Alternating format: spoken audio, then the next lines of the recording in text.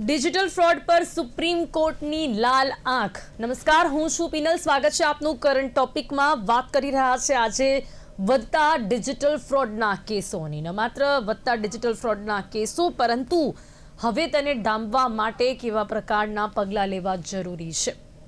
Supreme કોર્ટે હવે લાલ આંખ કરી છે આ વધતા ડિજિટલ ફ્રોડના કેસો પર, અને એની સાથે જ સુપ્રીમ કોર્ટે કહ્યું છે કે આટલી બધી સતર્કતા હોવા છતાં પણ કયા કારણો છે કે જેના કારણે ડિજિટલ ફ્રોડ વધતું જોવા મળી રહ્યું છે। અને સૌથી વધુ અત્યારે ડિજિટલ અરેસ્ટની જે રીતે ઘટનાઓ વધી રહી છે, તેમાં કરોડો રૂપિયા લોકો પોતાના ગુમાવી રહ્યા છે, અને આ સાયબર ઠગો કરોડો રૂપિયા પચાવી પાડી રહ્યા છે લોકો પાસેથી, ને ખાસ કરીને વૃદ્ધો પાસેથી। આ ડિજિટલ અરેસ્ટમાં સૌથી વધારે વૃદ્ધોને ટાર્ગેટ કરવામાં આવી રહ્યા છે। ડિજિટલ અરેસ્ટ કઈ રીતે થઈ રહ્યું છે તે કદાચ હવે સૌ કોઈને ખ્યાલ છે। પોલીસ અધિકારી, CID ઓફિસર, ક્રાઇમ બ્રાન્ચના ઓફિસર બનીને વિડીયો કોલ કરવામાં આવે છે, અને સામે વ્યક્તિ વૃદ્ધ હોય એટલે એને કદાચ ઓછી ખબર પડતી હોય, જેના કારણે એક બે દિવસ સુધી ડિજિટલ અરેસ્ટ તેમને કરવામાં આવે છે, અને ત્યારબાદ એમની પાસેથી કરોડો રૂપિયા પડાવી લેવામાં આવે છે। હવે વાત એ છે કે સુપ્રીમ કોર્ટે હવે ડિજિટલ ફ્રોડના કેસોની તપાસની સમગ્ર જવાબદારી CBIને સોંપી છે।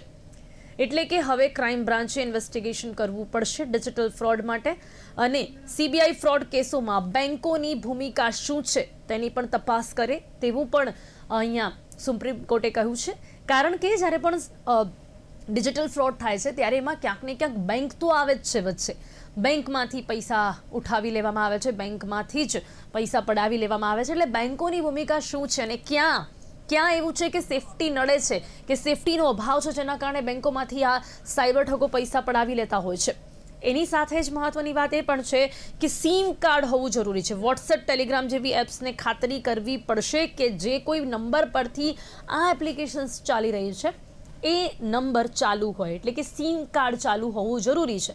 કારણ કે સિમ કાર્ડ બંધ હોય છે, વોટ્સએપ, ટેલિગ્રામ, ઇન્સ્ટાગ્રામ, કોઈ પણ ઇન્સ્ટાગ્રામ તો નહીં, પરંતુ વોટ્સએપ જો એ નંબર પરથી ચાલુ હોય તો એ જે નંબર છે તેને ટ્રેસ કરવું અઘરું હોય છે, પણ સિમ કાર્ડ ચાલુ હોય તો એને ટ્રેસ કરવું બહુ જ ઇઝી હોય છે। ને એટલા જ માટે સિમ કાર્ડ કે ફોન કોલ ટ્રેસ કરવા માટે જે કોઈ નંબર પરથી વોટ્સએપ ચાલુ હોય એ નંબર હવે ચાલુ હોવા જરૂરી રહેશે, અને જરૂરી હોય તો ઇન્ટરપોલની મદદ પણ લેવામાં આવે એવા આદેશો સુપ્રીમ કોર્ટે આપ્યા છે। ઠગાબાજો CBI, સાયબર ક્રાઇમ અને RBIના નામનો જે ઉપયોગ કરી રહ્યા છે તેને પણ કઈ રીતે રોકી શકાય છે, કેવી રીતે તેના પર લગામ લગાવી શકાય છે, તમામ મુદ્દાઓ પર વાત કરીશું। સુપ્રીમ કોર્ટે જે આદેશો આપ્યા છે તેનું પાલન કેવી રીતે કરવામાં આવશે તેના વિશે વાત કરવા માટે મારી સાથે અહીંયા ખાસ જોડાઈ ગયા છે પાર્થો પંડ્યા, સાયબર એક્સપર્ટ, અને રિચાર્ડ મેકવાન, સાયકોલોજિસ્ટ। આપ બંનેનું સ્વાગત છે। Welcome to the current topic. સૌથી પહેલા પાર્થો, રાજ્યમાં જે રીતે ડિજિટલ અરેસ્ટના કેસ વધી રહ્યા છે, ડિજિટલ ફ્રોડના કેસ વધી રહ્યા છે, અને ડિજિટલ ફ્રોડમાં સૌથી વધારે ડિજિટલ અરેસ્ટના કેસો વધી રહ્યા છે। ડિજિટલ અરેસ્ટના જે પણ કેસો છે તેમાં જે જબરદસ્ત વધારો થઈ રહ્યો છે, તેના સૌથી વધારે કારણો શું છે? ક્યાંક વૃદ્ધોને સૌથી વધુ ટાર્ગેટ કરવામાં આવ્યા છે। હવે સુપ્રીમ કોર્ટને પણ આમાં ઝંપલાવવું પડ્યું છે, અને આદેશ આપ્યા છે કે હવે CBI તેની તપાસ કરે। આ કેટલું હવે વધારે ખતરનાક બનતું જઈ રહ્યું છે? જી ચોક્કસથી જે પ્રમાણે તમે કીધું અને જે પ્રમાણે અત્યારે જે સુપ્રીમ કોર્ટનું જે પણ જજમેન્ટ આવ્યું છે કે CBI આની અંદર ઝંપલાવવું પડશે। કારણ એ છે કે છેલ્લા અમુક સમયની અંદર 3000 કરોડથી વધારે રૂપિયા જે છે એ રૂપિયા એ ડિજિટલ અરેસ્ટ સ્કેમના અંતર્ગત લોકોના છીનવી લેવામાં આવ્યા છે।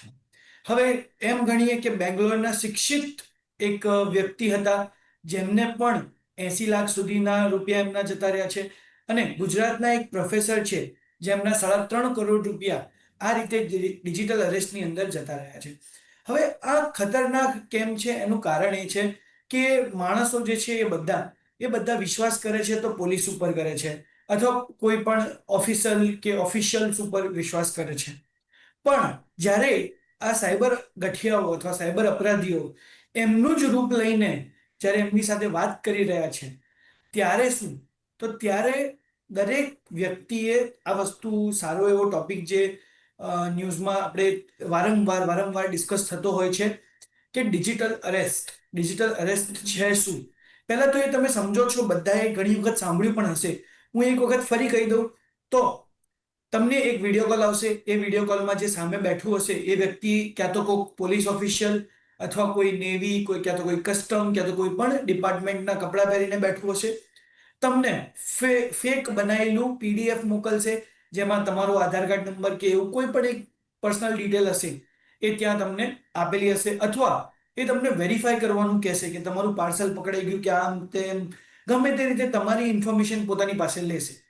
હવે જ્યારે એ તમને આ ડોક્યુમેન્ટ મોકલે છે, એટલે એ ડોક્યુમેન્ટ એટલું જેન્યુઅન બનાવ્યું હોય એ લોકોએ કે તમે વિશ્વાસ કરી લો છો. હમ અને પછી 48 કલાક, 2 દિવસ, 5 દિવસ, 7 દિવસ, હમણાં એક કેસ અમે જે સાંભળ્યો હતો, જે સાયકોલોજીકલી બહુ જ એમને એફેક્ટ થયું હતું, 31 દિવસ સુધી ડિજિટલ અરેસ્ટ કરીને મૂકી રાખ્યા હતા. અને એમને બાથરૂમ જવું હોય કે કોઈ પણ વસ્તુ જે દૈનિક દિનચર્યા છે એના માટે પણ અલાઉ નતા કરતા, એટલું માનસિક રીતે એમને હેરેસ કરવામાં આવ્યા છે. જે પ્રમાણે સીબીઆઈને અત્યારે ઝંપલાવવું પડ્યું છે અને ઇન્ટરપોલની વાત થઈ રહી છે. પણ એક નાનકડી વાત હું આમાં એડ કરવા માંગીશ કે બેંકો જે મ્યુલ અકાઉન્ટ્સનો યુઝ કરવા દે છે, અથવા કે હમ જે બની ગયા છે એ લોકોના બેંક અકાઉન્ટ બંધ કરતા નથી, અથવા જે અકાઉન્ટ્સ ટેમ્પરરી બનાવવા દે છે. તો આ જે બધું કરવા દે રહ્યું છે બેંકો, એ બેંકોએ આના ઉપર રિસ્ટ્રિક્શન લાવવા પડશે. કારણ કે આ જે કહેવાય ને કે અનઆઇડેન્ટિફાઈડ અકાઉન્ટ્સ, અથવા કે જેની કોઈ ઓળખ જ નથી, એવા અકાઉન્ટ્સ જે છે એ અકાઉન્ટ્સના થ્રુ જ આ બધા સાયબર ક્રિમિનલ્સ જે છે એ આ રીતના ફ્રોડ કરવા શક્ય બને છે. બાકી આ રીતના જે ડિજિટલ અરેસ્ટના કેસ છે, આવું અત્યાર સુધી ઘણી બધી મીડિયાઝમાં કે ઘણી ઘણી બધી જે કહેવાય કે એડવર્ટાઇઝમેન્ટ છે, અથવા જે આપણા કોણ બનેગા કરોડપતિના જે આપણા સર છે, એમણે હમ વખત કીધું છે. જી જી જી તો એ જ વસ્તુ છે કે હમ કોઈ પણ પોલીસ ઓફિશિયલ તમને ઓનલાઈન અરેસ્ટ કરી શકે નહીં, આવું કોઈ પ્રાવધાન છે જ નહીં. જી. Exactly. જી જી અને ઘણી વખત આ જાગૃતતા લાવવા માટેનો પ્રયાસ પણ હાથ ધરવામાં આવે છે. કોઈ પણ પોલીસ ઓફિસર, કોઈ પણ ગવર્મેન્ટ ઓફિસર તમને આવી રીતે વિડીયો કોલ કરીને અરેસ્ટ નહીં કરે, પણ છતાં પણ આ વાત હજી લોકોના સમજમાં નથી આવતી કે શું છે. રિચાર્ડ, શું લાગે છે આપને, જે ખાસ કરીને વૃદ્ધો હોય છે, શું એમની પાસે કે એમના સુધી આ જાણકારી નથી પહોંચી રહી કે આવી રીતે ડિજિટલ અરેસ્ટ ન થઈ શકે, કે પછી એમની માનસિકતા હજી એટલી નબળી હોય છે કે એ લોકો એમના મગજમાં એટલા હાવી થઈ જાય છે કે એ લોકો એકચ્યુઅલમાં માનવા લાગે છે કે ના, આ કોઈ સીઆઈડી ઓફિસર જ છે. શું બને છે કે જેના કારણે આ લોકો કોઈને શેર નથી કરતા અને પોતાના પૈસા પણ એમને આપી દેશે?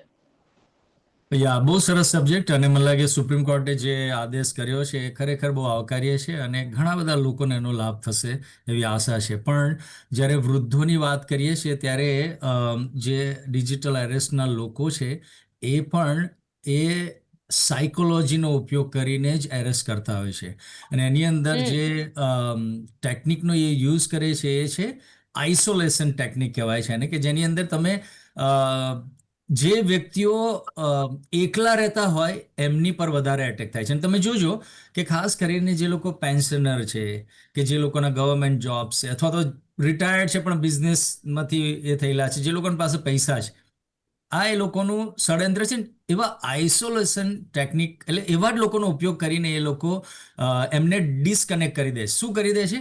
જ્યારે ફોન કરે કે વિડીયો કોલ કરે ત્યારે એમને એરેસ્ટ જ કરતા હોય કે જે હવે તમે તમારી ઇજ્જત, તમારી સોસાયટીની અંદર નામ ને એ બધું એ કરશે ને. એટલા માટે બીજું એ ફિયર ઇન્ડક્શન કહેવાય, કે જે ફિયરનો ઉપયોગ કરે છે. એકવાર એ લોકો આઇસોલેટ વ્યક્તિઓને પકડે છે અને એમની પર ફિયર એ કરે છે, અને એની અંદર કોગ્નિટિવ ઓવરડોઝ કહેવાય. કોગ્નિટિવ એટલે કે લોજિકલી એ લોકોને સમજાવવાનો પ્રયત્ન કરે કે તમે આની અંદર અને પહેલા 90 સેકન્ડ એ એમની બહુ જ અગત્યની છે. અને પહેલા જ એમના વાક્યો તમે જ્યારે જુઓ ત્યારે એવા હોય છે કે તમારું આધાર કાર્ડ ક્રાઇમ માટે ઉપયોગ થયું છે, અથવા તો તમારું કુરિયર નંબર, અથવા તમારા હોટલ સ્ટેની અંદર તમે રહ્યા હૈદરાબાદ કે જ્યાં, એની અંદર તમારું આ થયું છે. એકચ્યુઅલી એવું થયું જ હોય, અને એટલા માટે લોકો તરત જ ફિયરની અંદર આવી જાય છે. અને આઇસોલેટ જે હોય એ લોકો એકલા હોય, એ લોકોને ફિયરનો ઉપયોગ કરીને 90 સેકન્ડની અંદર એ કોગ્નેટિવ ઓવરડોઝ આપી દે, કે જ્યાં એ એવા ઇન્ફોર્મેશન આપી દે કે જ્યારે માણસ આવું મારું, અને પછી એ મોરલ ગ્રાઉન્ડ ક્રિએટ કરતા હોય છે. મોરલ ગ્રાઉન્ડ કેવી રીતે સાયકોલોજીકલી યુઝ કરતા હોય છે કે તમારી આ વાત જાણ્યા પછી મને એવું લાગે છે કે તમે આની અંદર નિર્દોષ છો, પણ હવે કેવી રીતે હું તમને બહાર લાવી શકું? અને એટલા માટે, કારણ કે એક્યુટ પ્રેશર, ફિયર, અને એકલતા હોય ને એમનું જે દબાણ 90 સેકન્ડમાં થયું હોય એમની પર જે પ્રેશર લાયા હોય એને એ લોકો મોરલ એમાં યુઝ કરીને પછી પણ રિચર્ડ આમાં સવાલ મને થાય છે કે લોકો કોઈને શેર કેમ નથી કરતા આ બાબત? એવું કેવું દબાણ હોય એમની ઉપર કે પોતાના વ્યક્તિઓ સાથે શેર ના કરે, એકલા હોય પણ એટલીસ્ટ પાડોશી સાથે શેર કરી શકે. કોઈ તો એવા વ્યક્તિ હોય કે જેમને કદાચ આ વાત કરે તો એમને સમજાવી શકે. એવું કયું પ્રેશર એમના ઉપર આ લોકો નાખે છે કે જેનાથી આ લોકો કોઈને જ આ વાત નથી કરતા? હું 2 વ્યક્તિઓનું કાઉન્સેલિંગ કરી રહ્યો છું જેમનું ગયા જી. વર્ષે થયું હમ. જે 10 લાખ રૂપિયા એ લોકોના ખાતામાંથી ધીરે ધીરે ધીરે કરીને કર્યા. અને જ્યારે હું કહું છું એટલે અત્યારે એમનું વારંવાર મેન્ટલ ટાર્ગેટ કર્યા. મેન્ટલ સિચ્યુએશન અત્યારે પણ એમની બહુ ખરાબ છે જે લોકોનું કાઉન્સેલિંગ કરી રહ્યો છું. પણ હું તમને કહું કેવી રીતે એરેસ્ટ કરી રહ્યા છે. કોલ આવ્યો અને જે 90 સેકન્ડની અંદર એ જે ઓવરડોઝ આપે છે ફિયરનો કે ઇન્ફોર્મેશનનો અને લોજિકલી અને પ્રૂફ સાથે, જેમ પાર્થોભાઈએ કીધું કે એ પ્રૂફ જ બતાવી દેશે, તમને ઓટીપી આવશે, તમને તમારા આધાર કાર્ડની વિગતો તમને સમજાવશે, એટલે તમે સાચું જ માની લો. અને આની અંદર જ્યારે એ કેમ લોકો પકડાઈ જાય છે કારણ કે દરેકને પોતાની ઇજ્જત વાલી હોય છે અને આ લોકો એમ કહે છે કે તમને હવે પોલીસ આવશે. હવે જે લોકો બિચારા ભણેલા ગણેલા છે, રિટાયર્ડ લાઈફ છે, એકલા રહે છે, કે એ લોકોને પોતાની ઇજ્જતની બહુ પડી હોય છે, એમના બાળકો જે નજદીક રહેતા હોય એ લોકોને પણ ફોન નથી કરતા. જેમને હું કાઉન્સેલિંગ કરું છું મને ખબર છે કે 1-2 દિવસથી ફોન નતા ઉઠાવતા, આવતા નતા, જતા નતા, એટલે એમને દીકરીને એમના જમાઈને એવું થયું કે કેમ આવું થાય છે. તો એમના જમાઈ પહોંચી ગયા ઘરે જ્યારે એરેસ્ટ બધું ચાલી જ રહેલું. એ લોકો આમ ખૂણામાં બેસી રહેલા એમના વાઈફ ને એ લોકો, અને પેલા લોકોએ કીધું કે ભલે ડોરબેલ વાગે કોઈને ઉઠવાનું નથી. અને એમના જમાઈને બહાર આવ્યા ને તો એમના જઈને એમના જે સસરા છે એમને ખાલી એટલું એલાવ કર્યું જઈને જે હોય એમને કહો કે ના પછી આવજો, અને એટલું જ કરીને એમણે દરવાજો બંધ કરી દીધો. તમે અને એમણે સમજો સાચે જ્યારે કર્યું જેટલું એમને કહેવાનું કીધું. કેટલું કહેવાનું કીધું એટલું જ જેને એમણે કીધું એમને જમાઈ હશે કે કેમ આવું કરી નાખ્યું. એમણે એમની વાઈફ સાથે વાત કર્યું કે આઈ થિંક શું કઈ અલગ થઈ રહ્યું છે. ત્રીજા દિવસે જ્યારે એટલીસ્ટ 9-10 લાખ અને હવે પ્રોપર્ટીના ડોક્યુમેન્ટ પણ એ લોકો માંગી રહેલા, ત્યારે એમની દીકરીને લાગ્યું કે કશુંક મુશ્કેલ થઈ રહ્યું છે. અને એટલા માટે એમણે દરવાજો ખખડાયો, ખોલ્યો ને બીજી ચાવી લઈને જ ગયેલા, અંદર ખોલ્યા અને જોયું ત્યારે એ બહેન એકદમ 2 દિવસથી ખાધા પીધા વગર એક જાણે આમ ગુલામ હોય ને કેવી રીતે બેસી ગયા એવી રીતે ફોનની આગળ બેસી રહ્યા, એટલા બધા ગભરાયેલા અને ખાધા પીધા વગર. અને એમના હસબન્ડ જઈને બધા પૈસા આપતા હતા. અને આ ટેકનિકનો ઉપયોગ કરે છે. મારે ખાલી એટલું જ કહેવું છે દર્શક મિત્રોનું, હું ગભરાવા નથી માંગતો પણ અવેર કરવા માંગુ છું. આ તમારા એટેક તમારા ફોન દ્વારા થઈ રહ્યો છે. તમારે ખાલી કટ કરવાની જરૂર છે. એક સિમ્પલ બટન કટ કરી નાખશો, તમે બ્રીથ લોશો, બીજાની સહાય કરશો, સંપર્ક કરશો, તમને કોઈ ને કોઈ રાસ્તો મળી જશે. અને એટલા માટે મને એવું લાગે છે કે સિમ્પલ છે પણ ઘણી બધી વખત છે કન્ડિશન થઈ ગયેલો. જે પેલો હાથી આજે પણ એની ઉપર નાની ચેન બાંધેલી હોય અને એને એવું લાગે કે મારેથી નહીં તૂટે, કારણ કે જ્યારે નાનું બચ્ચું હોય છે ને ત્યારે એને જાડી ચેન બાંધીને એને તોડવાનો પ્રયત્ન કર્યો, ના તૂટી. હવે કન્ડિશન થઈ ગયેલું માઇન્ડ.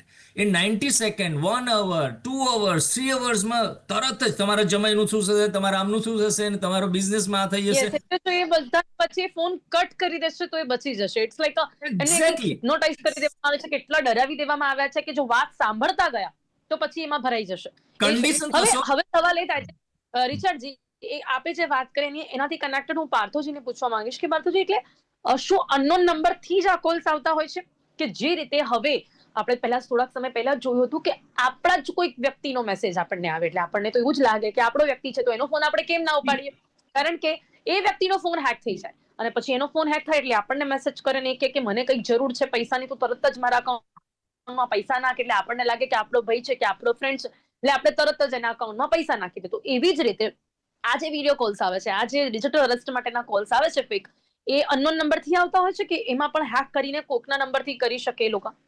એટલે લાઈક કોઈ પણ અધિકારીનો ફોન હેક કરીને ઓર એલ્સ એમનો નંબર યુઝ કરીને કરી શકે? જી, જો ચોક્કસથી હું તમને આ વસ્તુમાં એકદમ સારી રીતે અને ઇઝી ભાષામાં સમજાવીશ કે આ થતું કઈ રીતે હોય છે.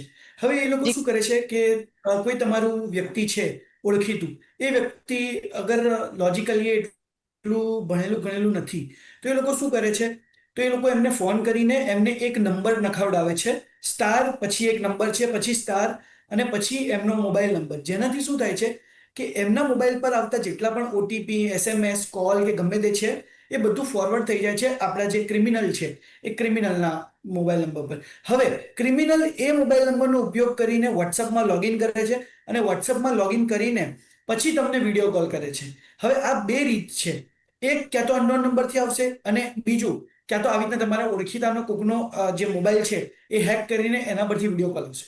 તો પહેલામાં પહેલી વસ્તુ, અગર તમને ખબર છે કે તમારું ઓળખીતું જે વ્યક્તિ છે એ કોઈ પણ જાતના કોઈ પણ પોલીસ ઓફિસર કે કસાબી સાથે ઇન્ક્લુડેડ નથી, તો પહેલી વસ્તુ સીધો ફોન કટ કરી દો, જે પ્રમાણે રિચર્ડભાઈએ કીધું એ પ્રમાણે. બીજી વસ્તુ, અગર એ ગમે એટલા પર્સનલ હોય, જ્યાં સુધી તમે એમને ફોન ઉપર કન્ફર્મ ન કરો અથવા એમને જે ફેસ ટુ ફેસ મળો નહીં, ત્યાં સુધી કોઈ પણ જાતના ફાઇનાન્શિયલ ટ્રાન્ઝેક્શન્સ કરવાની જરૂર નથી. ત્રીજી વસ્તુ, આવી રીતનું કંઈ પણ અગર તમારી આસપાસ થઈ રહ્યું છે, પહેલામાં પહેલું તમારું નજીકતમ જે પોલીસ સ્ટેશન છે એ પોલીસ સ્ટેશનમાં જઈને કન્ફર્મ કરી લો કે આવું બધું કશું કેસ આવ્યો છે કે નથી આવ્યો મારી સામે. કારણ કે જ્યારે પણ આ રીતનું કશું બી થશે તો તમને અગર વોટ્સઅપ પર, હા, no doubt CID cyber crime branch ઘણી વખત વોટ્સઅપ પર મેસેજીસ નાખે છે, હું એક્સેપ્ટ કરું છું એ વસ્તુ, પરંતુ એ કયા કેસમાં? જ્યારે તમને એ લોકો ત્યાં બોલાવે ત્યારે તમને મેસેજ જ નાખે. આ રીતે વિડીયો કોલ કે કશું પણ કરતા નથી એ લોકો, બરાબર? તો તમારું જે નિયરેસ્ટ પોલીસ સ્ટેશન છે ત્યાં જઈને કન્ફર્મ કરાવડાવો કે આવું કશું થયું છે કે નથી થયું.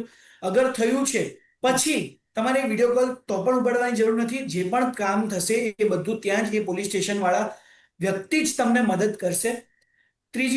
ચોથી વસ્તુ એ કે જે પ્રમાણે તમે કીધું કે મોબાઈલ હેક થયો હોય અને નંબર પરથી મેસેજ આવે, તો એક વખત શું કરવાનું કે તમારા જે કોમન ફ્રેન્ડ્સ હોય, મતલબ કે ફોર એક્ઝામ્પલ રિચર્ડભાઈ છે તો રિચર્ડભાઈના કોમન ફ્રેન્ડ છે પીનલબેન, બરાબર?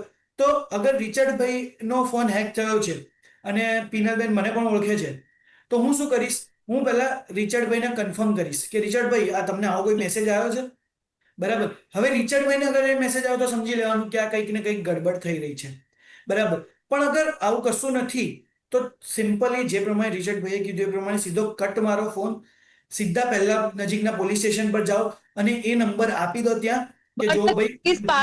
એકચ્યુઅલી આ લોકો એટલા જ માટે ઓલ્ડ એજ પીપલને ટાર્ગેટ કરે છે, કારણ કે એ લોકો આટલા અવેર જ નથી હોતા કે આપણે તરત જ જઈને કમ્પ્લેન કરીએ કે કોઈને કહીએ કે ચલો વાત આપણે કરીએ, કે લોકોને પોતાની આબરૂ નહીં પડી હોય છે કે પોલીસ આવશે, શું લોકો વિચારશે, પણ એટલા પણ અવેર નથી હોતા કે ચલો કોઈને ના કહીને આપણે સાયબર ક્રાઇમના કમ્પ્લેન કરી દઈએ. ચોક્કસ. કારણ કે વૃદ્ધો સુધી હજી સુધી આ વાત, ભલે આપણે કેટલી બી જાગૃતતાનો પ્રયાસ કેમ ના કરીએ.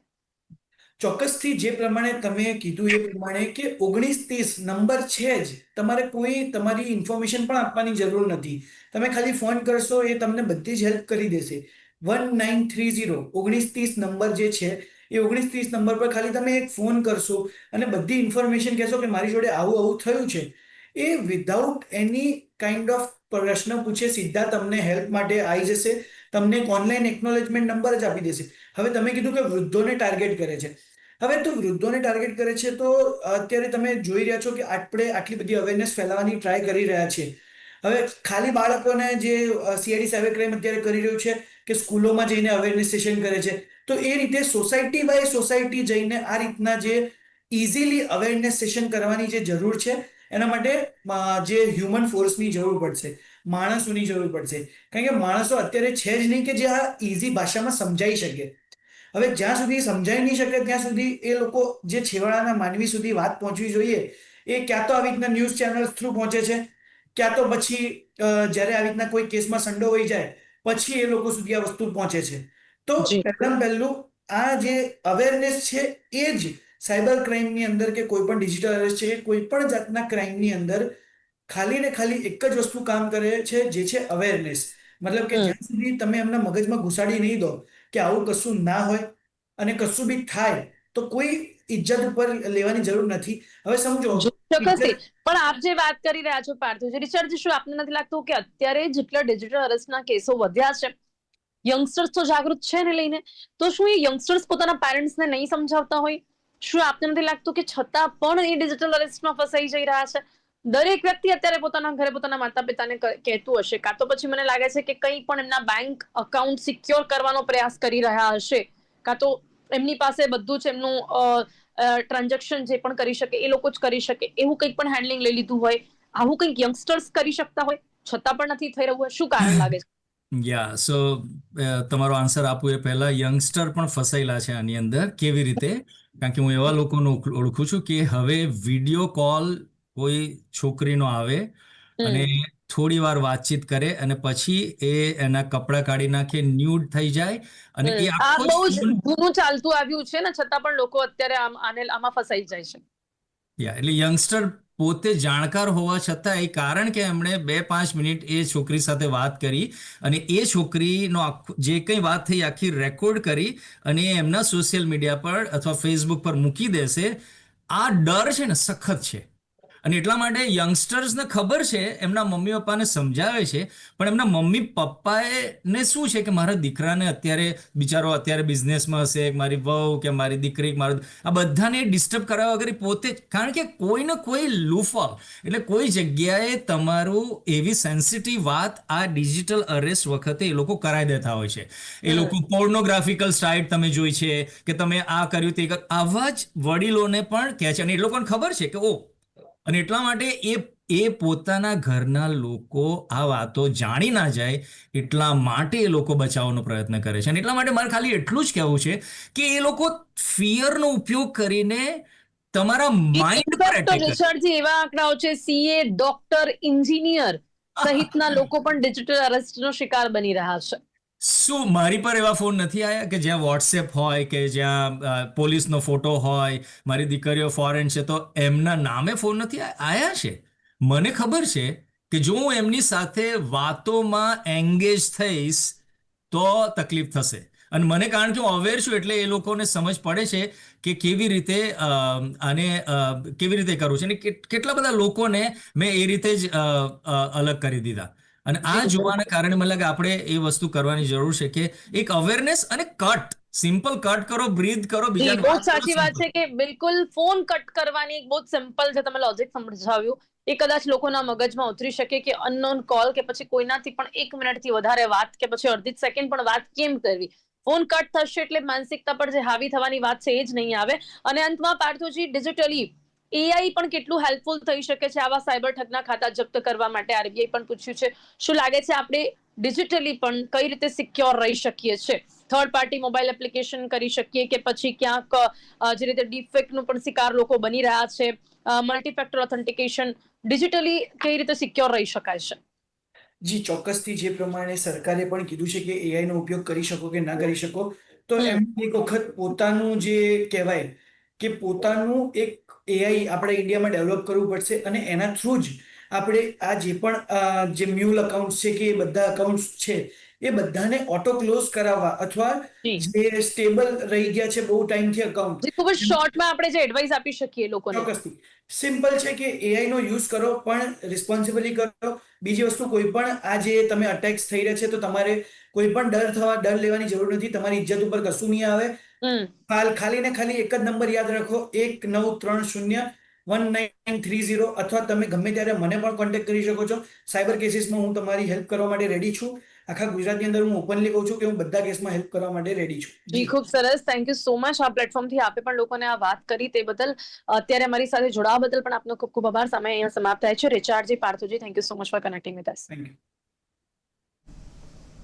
તો જે ડિજિટલ ફ્રોડ પર સુપ્રીમ કોર્ટને પણ લાલ આંખ કરવાની જરૂરિયાત પડી છે, કારણ કે ગુજરાતમાં 4 વર્ષમાં 90% સાયબર કેસની ઘટનામાં વધારો થયો છે અને એની સાથે ડિજિટલ અરેસ્ટના નામે ડરાવીને ધમકાવીને લોકો પાસેથી પૈસા પડાવવામાં આવી રહ્યા છે. કઈ રીતે આપ લોકોએ સમજવાની જરૂર છે ને જે પ્રકારે રિચાર્ડજીએ પણ જણાવ્યું કે માત્ર ફોન કટ કરવાની જરૂર છે, તમે બસ એટલું સમજી લો કે અનનોન કોલને કટ કરો. પાર્થોજીએ જણાવ્યું કે કેવી રીતે તમે ડિજિટલી સેફ રહી શકો છો, લોકોને શેર કરો અને એની સાથે જ તમે તરત જ સાયબર ક્રાઇમમાં કમ્પ્લેન કરો. બસ આટલા 2 સ્ટેપથી તમે આ ડિજિટલ અરેસ્ટ કે સાયબર ફ્રોડથી બચી શકો છો. કરંટ ટોપિકમાં અત્યારે બસ આટલું જ. ફરીથી મળીશું એક નવા વિષયની સાથે. ત્યાં સુધી રજા આપશો. નમસ્કાર.